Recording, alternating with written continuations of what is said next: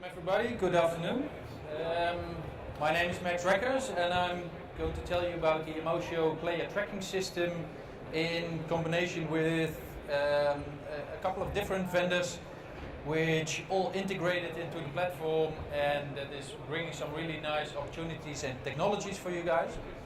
So first let's start on where I'm coming from. So I have a little bit of background in football as a data analyst, a video analyst, starting in 2007 with football club AZ and up until Manchester United, ending in 2016, and currently working for Ajax and the Stadium Amsterdam Arena,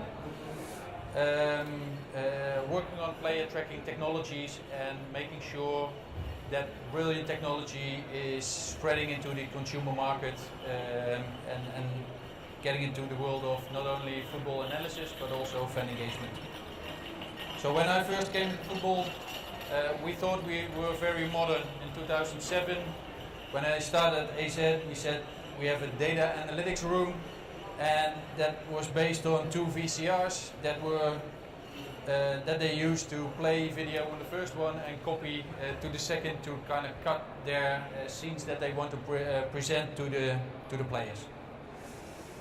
I was coming from the field hockey world myself, where we were a little bit more advanced in we recorded the game into our laptop with sports code software, which is highly familiar here with all the video analysts. Capturing that software and tagging multiple events allowed us to much more quickly get feedback on the players and find back the scenes that we were looking for. Starting that project was a very big task, working with Mr. Van Gaal, who we all know that he's very critical and wants to know many different scenes. So as a young guy, I started to build these fantastic, what we call them, code input windows, starting to capture all information that we needed, we thought. And after the first match, I tagged all these different events, came back to the dressing room, and he says, I need that event, what happened on the far sideline with that player not doing what I asked him to do. Then I started looking at my coded events and thinking, I don't have a clue which one he means. So we had to go back through the video again and start analyzing it again. I went to my code trainer and asked him, how can I solve this problem? He said, Max, it's very simple. Just add one more button, and that is called the Louis button. Whenever he jumps up from the bench, that is the moment that you want to tag, because that definitely is the moment that he wants to see at halftime and after the video. So having this great vision on tagging events is fantastic, but in the end, it's about what is the purpose of your analysis needs, both short-term and long-term. A couple of years later, joining the national team, we started to build out this workflow. So this started out with only analyzing our own matches, evolving in, hey, training is very important too, so we should video the training and tag the training. Going into, we need to prepare our opposition also, so an opposition meeting extra. And this, if you have one match a week, which AZ at the time did, then this is a workflow which is maintainable. But now we started to play in Europe, and we started to play more games to get more money in with the team. That means that the workflow is coming under pressure. So what happens? You start to grab more guys. So a video guy, one analyst, the second analyst who's going to start on the opposition, and that team grew and grew and grew. At Manchester United, at this moment, more than 25 people are working in the analysis department alone. And this is something that cannot go on forever. We need to use the automated processes more intelligently start to gather and use the data. Because time-wise, this workflow is also under pressure. Where we used to have 4 to 5 days between a game, it's now, if we're lucky, it's 2. And if UEFA and FIFA are involved, they want to get it back to 1. So we need to be able to turn around our analysis quicker and faster. This is the model that we started building on. So we need a very stable network infrastructure. We need to move over files between coaches very quickly. Everybody needs to have his hands on video. Everybody needs to get his hands on data. If we're at the training ground, if we're in the airplane, wherever we are, everybody needs to have his video footage synchronized. Then we have loads of databases filled with information from scouts, from people visiting from last matches, about insights into that opponent, and we want to store those all. We need a video layer where we can have not only one broadcast video of the match, but also more and more different angles coming in. More and more event data is collected. You know, the partners like Opta, Ortec or Stats that all provide different annotated videos. We all need to have those synchronized to the same video sources. Then today we're going to elaborate a bit more on two-dimensional tracking data. If we want to know where our players are on the pitch and we want to do more advanced calculations on how they move and how they operate together, how can we collect that and again link that to the layers below? Because that is giving us another layer of information. And then annotation, which we all know from television. We want to place a circle around the player. We want to track him while he's in a video. It's all fantastic software. The problem is time. We need loads and loads of time to prepare those videos and to cut those scenes and make them right. 2D plus, so multiple video angles are coming in. 3, 4, 5, 6 angles, and the broadcast is starting to share more and more. And in the end, we all know FIFA is going into that 3D world where the players beneath my age, they don't think anymore in 2D flat video. They want to experience situations from their eye point, and we need to go with that. So about that tracking data, we all know multiple ways of achieving the same. So GPS is one which has been around for ages and will be around for a very long time. I give my player a sensor. That sensor is getting his positional data from a satellite, and after a training we press print and give the player a report on how many kilometers he ran and how many high distance meters he ran. The second one, optical tracking. Nowadays we can also do that from video cameras, which are aimed at a specific part of the pitch, and by determining the background we can start to track who a player is. An operator is sitting and identifying which player is which.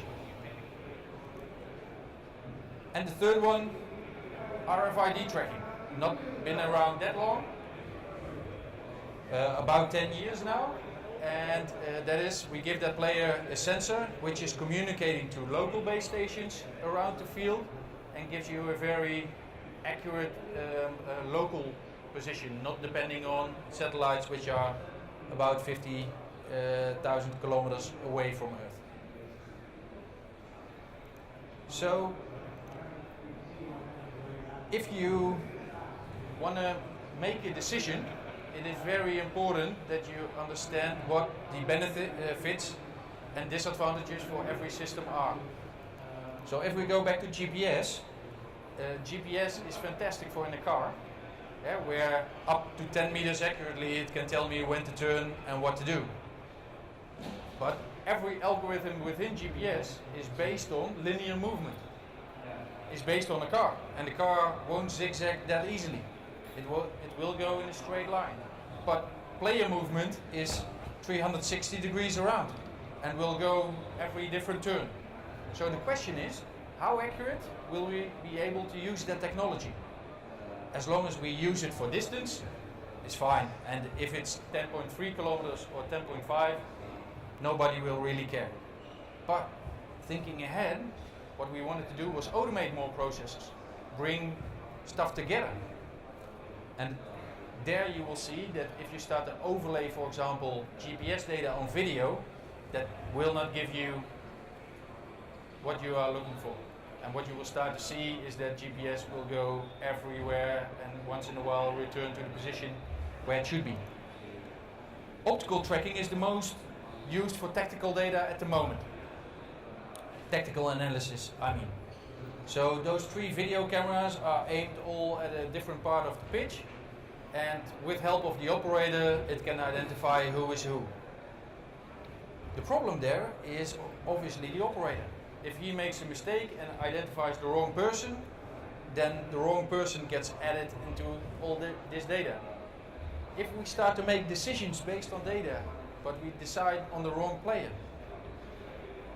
you can only do that once. If that happens to you, no player will ever believe you again. So you have to make sure that your data is accurate. And this both has that manual component in there, and secondly, it has a very large post-process in there where they go over frame by frame to find out which, if every scene is right. The problem with that is it takes up to 24 hours to get back your video file.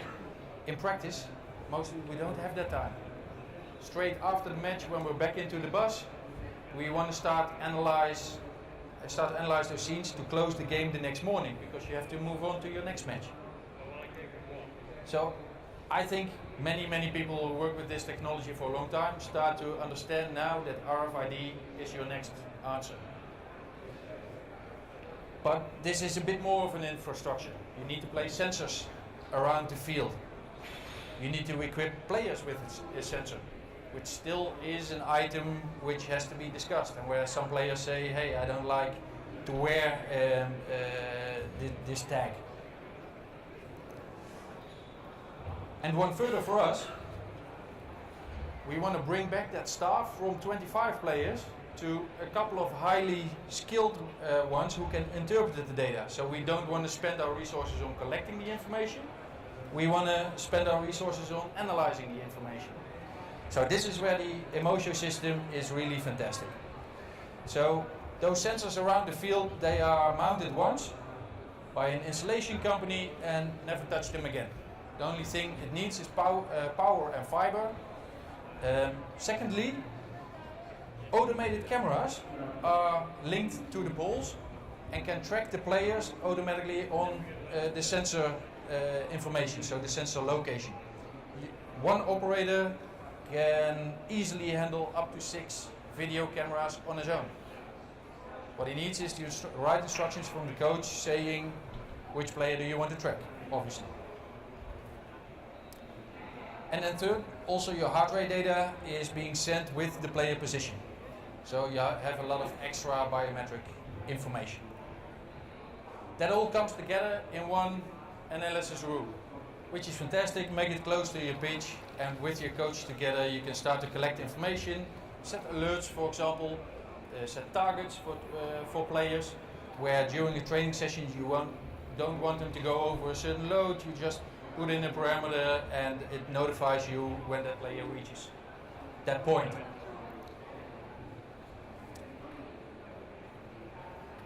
One further, we start to collect more information from that player. So in the morning we ask him, how do you feel, how did you sleep? And we want to marry that information up to the data that we have from the training. That does it link in how does he feel to what we experience from the objective data, and can we find patterns in there? And that load works on this principle. So ages back, we put a heart rate monitor around that player, and when that heart rate was very high, he got a compliment from the coach saying, you did really well. But if I'm not that fit, I will still have a very high heart rate. So the obvious thing that we miss is we need to know what he actually did versus how he feels. And these two indicators together start to tell you something about the efficiency of a player. And if you start to compare that between players with the average of the group, that is a very nice little insight where you can help your players see where they are compared to the team. So this is actually in the preparation for the World Cup. You will see the center cross is the average of the team, and the players who are having not so much time in the red zone, but on a vertical axis, a lot of high intensity distance meters, is a very nice way to show every player where he is compared to the group. And that same thing if you want to judge a player over time. What happened to you over time? Are you doing well? Are you progressing? Are you not progressing? This is a player who did very well, and this is a player who struggled and got injured after a short while. This is the end result of bringing back information, which is very boring data, to an insight where the group can start to utilize it as a tool to become a better player. And to have an understanding in the group what objectively performing better starts to mean.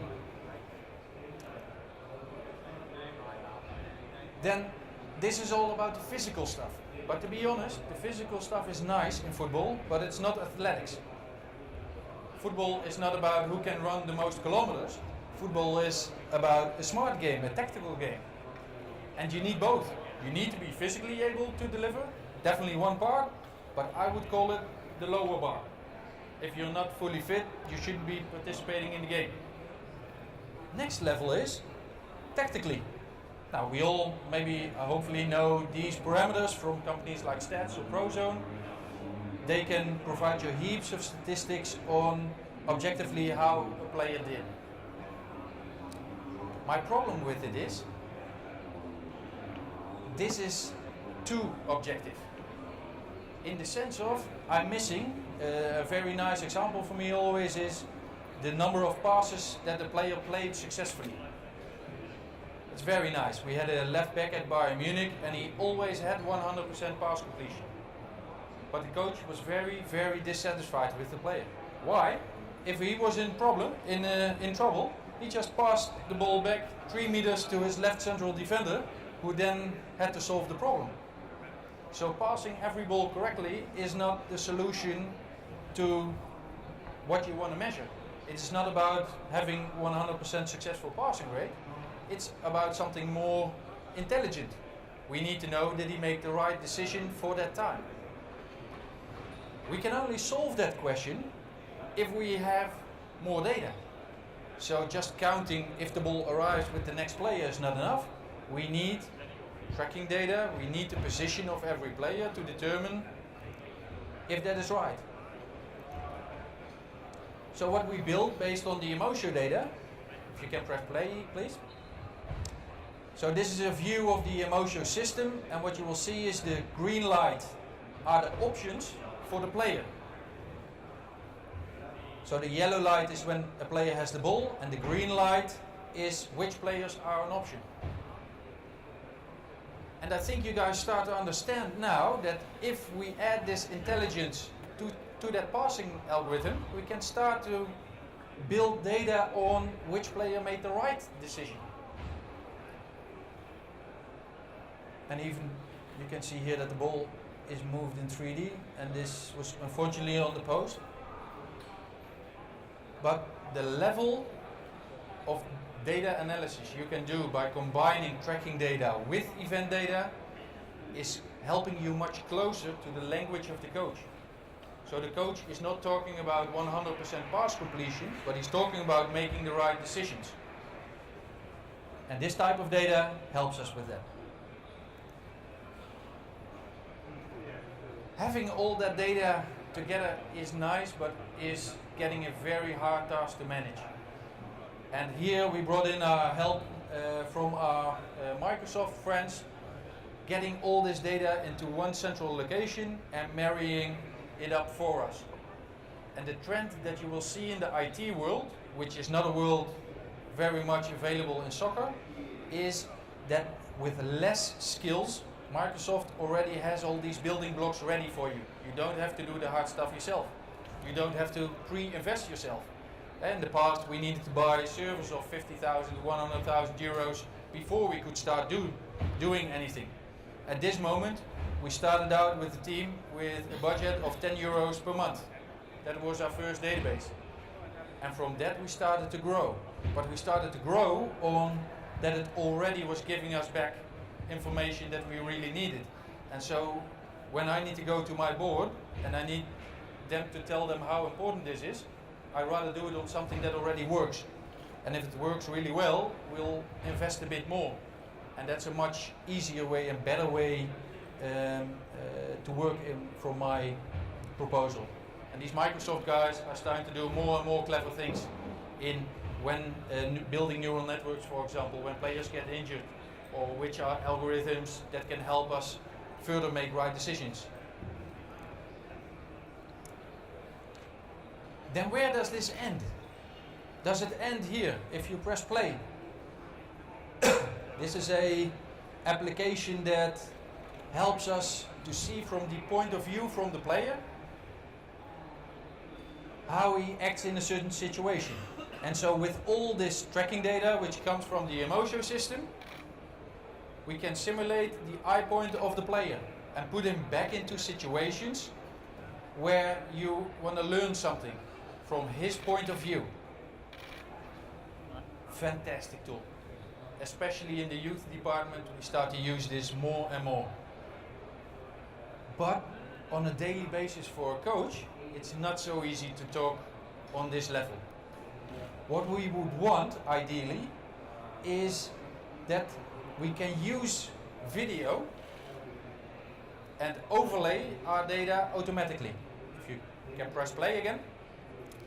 So this is one of the tools which is around in the broadcast and football world, where as an operator you start to tag every player and every graphics that you want to kind of visualize. This clip of 25 seconds takes about 30 minutes to prepare. We prepare this clip for the group to watch, and then 2 minutes before the coach comes in and says, hey, this visualization, I want to change it a little bit because it fits a bit better to my story. And you're not able to react. Why not? It's all done in advance. Making changes is an awful process. So what we try to do is a next version on that. The process which makes it hard here is that we have to learn the tool to recognize the field. And that takes a lot of time, over and over again. If we would have the whole field always in our sight, that would be much better. So, multiple cameras.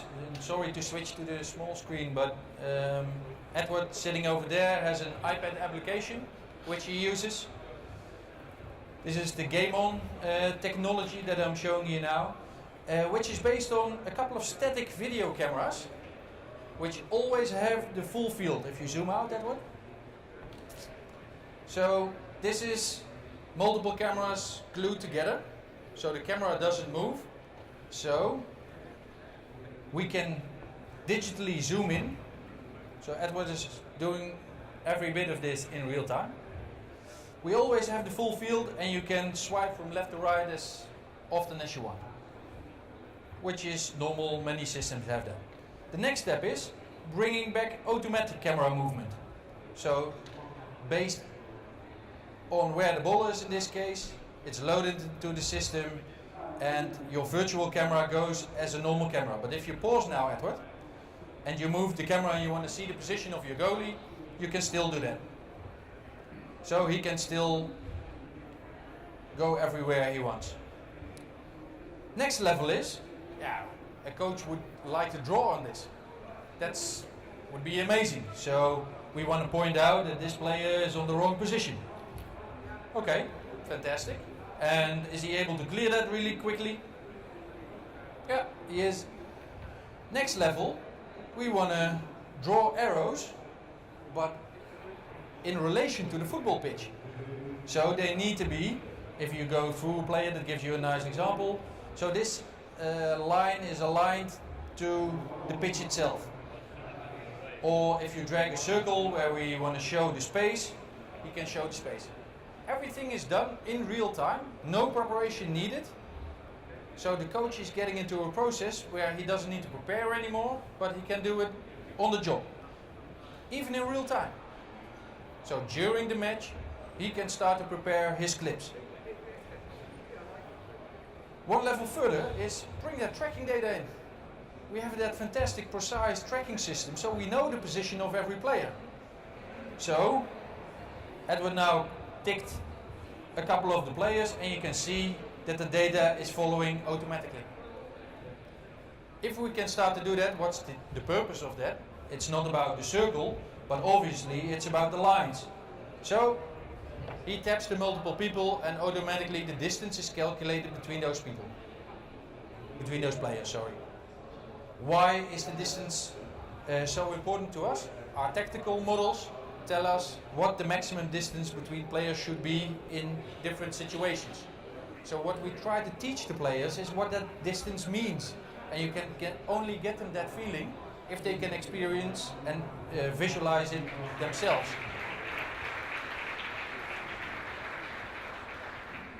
So having all these tools was fantastic, but then we came back to our 65-year-old coach at Ajax, Henny Spijkerman, and he said, Max, I only want to do one thing. It would be really brilliant if I can just pick up this player and put him in the position where he needs to be. And also that feature is available. As you can see, Edward is moving now different players to a new position. And what we start to experience is a very different level of coaching feedback to players. The 2017 level of feedback, where the coach is in charge, not the analyst, not all the smart tech people around it, brought back to a very simple technology on an iPad, which everybody can use. Well, on coaching level, this is awesome. But now, let us even think one further.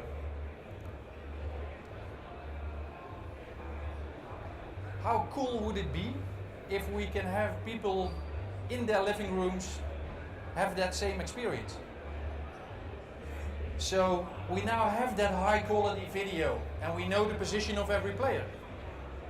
Why couldn't we bring every player into, or every television into a mode where it can say, okay, just give me more interaction and for example have the animation there, the tactical animation on how the play goes.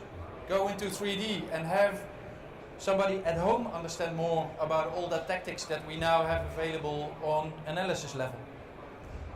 And obviously we have all this data so we can share it. Everybody can see how many meters a player ran. But now I can decide for myself, not when the broadcaster decides. And maybe I want to share with a group of my friends which are at their homes. And we can start to prepare clips and share between each other what we find of certain situations. Can be very funny, can be very tactical. Or have it as a second screen application. Maybe in stadium. Maybe at home. I want to see, I'm sitting at FC Barcelona and I'm sitting 25 meters from the sideline. I want to see what happened on the other side. We now have the technology there to push this video in real time to want as many spectators as we want. With the different technologies of Microsoft and TNO, we now have the capability to multicast to a group as big as we want. All this is being made ready in the Netherlands now, and we're going to show you guys that we can do so much more in the level of football from a technology point of view. But this even goes further. We still have that expensive tracking system which we can bring to a broader use. For example, a very easy one, I don't know if you have any idea how many mowing guys, how many guys on the pitch there are during and after a match. We now have our first automated mower, which based on the tracking technology, the same one that the players wear, is now equipped on the mowing machine, and it's automatically going over the field whenever it's instructed to by the software. The Amsterdam Arena is a stadium where we also have a lot of different events. So one of the big problems for them was Sensation is maybe an event that you heard about. Sensation, we have about 60,000 people in the center, in the grass of the stadium. And we have all these first aid people walking around, but no clue what really happens. So what we did now is during those events, those first aid people, they wear the vest like the players wear. And that helps them. At the central location, there's a much more higher equipped first aid guy who can now automatically zoom in and be tracked with that same data. And he can decide and look from a distance and give medical advice and can see the situation and knows what to do in advance before the guy comes back. Same with the police. And the last one, which I love, the one in collaboration with Philips. Philips has those very high quality light bulbs, and they can move incredibly fast. Those are now linked to the tracking system also. So not only we can track them and send the video camera to it, but also in case of emergency we can send lights. From a commercial point of view, we can now automatically start to track objects. So for example, we have flying balloons going through the arena and really fast flying objects, which we can now automatically track by the lighting system. The number of fan engagements we can do are incredible. And it only starts by one very simple technology, which is called the Inmotio system. Thank you. That was what I wanted to share with you today.